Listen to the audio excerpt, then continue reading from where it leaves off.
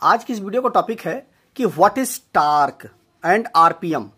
RPM क्या होता है और टार्क क्या होता है। आपने बहुत बार ये चीजें सुनी होंगी। मोटर जो होती है हमारी, उसमें आरपीएम होता है, टार्क होता है।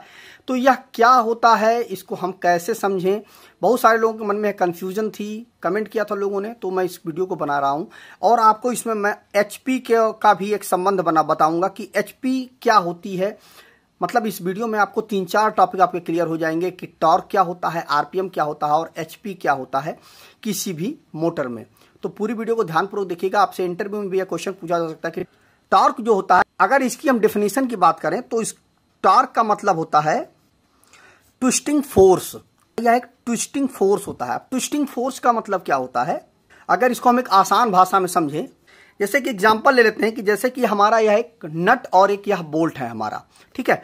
अब हमने क्या किया, इस नट बोल्ट में, यहां पर इस नट बोल्ट में हमने एक स्पैनर लगाया और स्पैनर से इसको हमने इस तरह घुमाने की कोशिश की, ठीक है। इस पर प्रेशर लगाया। तो जब हम इस बोल्ट पर, हम नट बोल्ट पर जब हम प्रेशर लगाएंगे तो यह क्या होगा कि यह जो फोर्स लग रहा है, प्रेशर लग रहा है ना, ये देखिए, ये जो प्रेशर लग रहा है, इसको घुमाने के लिए जो प्रेशर लग रहा है, इसी को हम टॉर्क बोलेंगे, ठीक है। फिर से क्लियर कर लीजिए, यह जो नट हमारा लगा हुआ है, इस नट को हम एक स्पैनर से यदि हम घुमाएं, एक फोर्स इस पर लगाएं, तो यह इस तरह से घूमेगा, ठीक है। कुल मिला करके यह राउंड मोशन में यह घूमेगा इस तरह से। तो इसको हम टॉर्क बोलेंगे। जिस प्रेशर से यह घूमेगा उसको हम टॉर्क बोलेंगे, ठीक है। अब बात आती है कि आरपीएम क्या होता है। आरपीएम को कहते हैं रेवोल्यूशन पर मिनट, या इसको हम कहीं कहीं पर कहते हैं रोटेशन पर मिनट भी इसको बोलते हैं। तो अब इसमें क्या होता है कि टॉर्क तो हमको समझ में आ गया कि इसको हम जब इस तरह से हम घुमाएंगे, इस पर जो हम प्रेशर लगा रहे हैं, बल लगा रहे हैं, फोर्स लगा रहे हैं, वह जो फोर्स होगा उसी को हम टार्क बोलेंगे। जिस प्रेशर से यह घूम रहा है उसको हम टॉर्क बोलेंगे।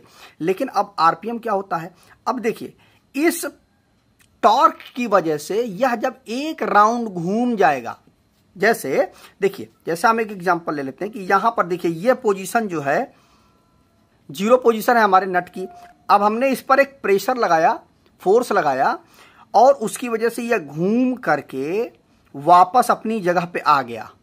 मतलब एक राउंड यह घूम गया, तो इसी को एक आरपीएम बोलेंगे, ठीक है। टॉर्क होता है कि इस पर जो प्रेशर लग रहा है, बल लग रहा है, वह टॉर्क है।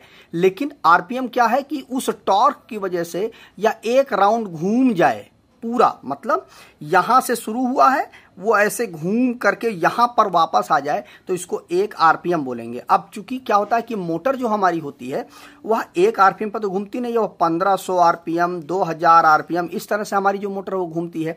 तो वही चीज हो गई कि यह जितनी बार यह एक राउंड उसकी जो सॉफ्ट है वो पूरी कर लेगी, वही उसका उतना आरपीएम हो जाएगा।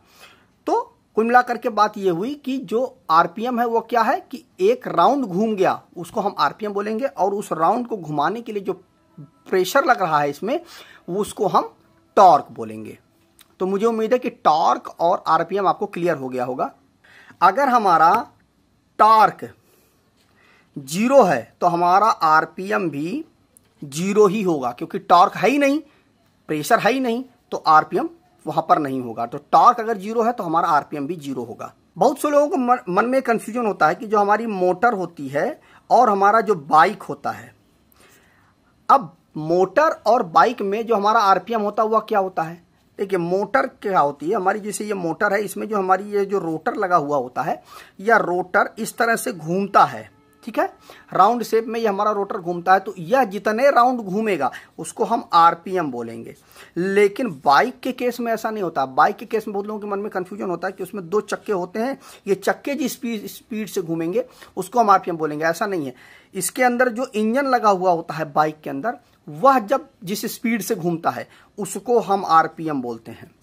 मतलब चक्के के घूमने को हम आरपीएम नहीं बोलेंगे, हम जो अंदर जो इंजन लगा हुआ है वो जिस स्पीड से घूम रहा है, जितना वो चक्कर लगा रहा है हमारा इंजन, उसको हम आरपीएम बोलेंगे। एक चीज और क्लियर कर लीजिए कि टॉर्क जो होता है और आरपीएम अगर यह बढ़ेगा तो हमारा एचपी भी जो है वह बढ़ जाएगा, क्योंकि टॉर्क बढ़ रहा है, आरपीएम बढ़ रहा है, तो हमारा एचपी भी बढ़ जाएगा। टॉर्क की वजह से ही हमारा आरपीएम भी बढ़ता है, ठीक है। लेकिन ऐसा नहीं है कि हमेशा हमारा जो आरपीएम है वह बढ़ता जाएगा और टॉर्क भी हमारा बढ़ता गया, ऐसा नहीं है। आरपीएम की बढ़ने की वजह से हमेशा आपका टॉर्क नहीं बढ़ेगा। टॉर्क की बढ़ने की एक लिमिट होती है, उस लिमिट से ज़्यादा हमारा टॉर्क नहीं बढ़ेगा। मतलब जैसे ही आप टॉर्क को बढ़ाएंगे, मतलब किसी चीज़ को स्टार्ट करेंगे तो उसमें टॉर्क डेवलप होगा, तो टॉर्क बढ़ने की वजह से इस तरह से टॉर्क जाएगा, लेकिन फिर वो नीचे आ जाएगा, फिर वो स्मूथली चलता रहेगा हमारा, ठीक है। इस तरह से स्मूथली एक समय आएगा कि उसके बाद वो स्मूथली चलता रहेगा। तो आरपीएम के बढ़ने से टॉर्क हमेशा बढ़ेगा, यह कोई ज़रूरी नहीं है। टॉर्क के बढ़ने की एक लिमिट होती है, एक समय होता है, उसके बाद टॉर्क जो है आपका नॉर्मली स्मूथली चलता रहेगा। क्योंकि देखिए क्या होता है कि जैसे जब आप गाड़ी को चलाते हैं, बाइक को चलाते हैं, तो सबसे पहले क्या होता है, फर्स्ट गियर में आप चलाते हैं तो उसमें ज़्यादा पावर होती है, ज़्यादा टॉर्क होता है। जब आप सेकंड लगाते हैं तो उसमें और कम हो जाता है टॉर्क, लेकिन आपका स्पीड जो है वो मेंटेन रहती है। तीसरे में, फिर चौथे में क्या होता है कि देखिए चौथे में क्या होता है, आपका आरपीएम तो चलता रहता है, मोटर आपकी जो इंजन है वो तो चलती रहती है, लेकिन जो आपका टॉर्क है वह कम हो जाता है। इसीलिए जब बहुत ज़्यादा ऊंचाई पे चढ़ना होता है तो उस वक्त आपको गियर बदलना पड़ता है, क्योंकि तब उसको आपको टॉर्क की ज़रूरत होती है।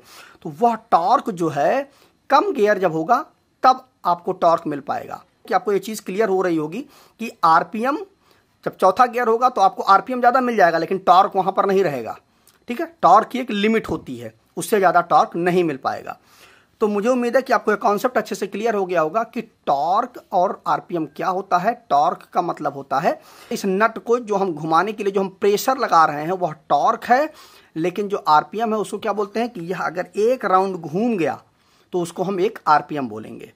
तो मुझे उम्मीद है कि आपको यह कॉन्सेप्ट अच्छे से क्लियर हो गया होगा कि टॉर्क और आरपीएम क्या होता है। तो वीडियो अगर अच्छा लगा हो तो वीडियो को लाइक कर दीजिएगा, शेयर कर दीजिएगा अपने दोस्तों के साथ, जिससे उनको भी यह कॉन्सेप्ट अच्छे से क्लियर हो जाए। तो आज की इस वीडियो में बस इतना ही। नमस्कार दोस्तों।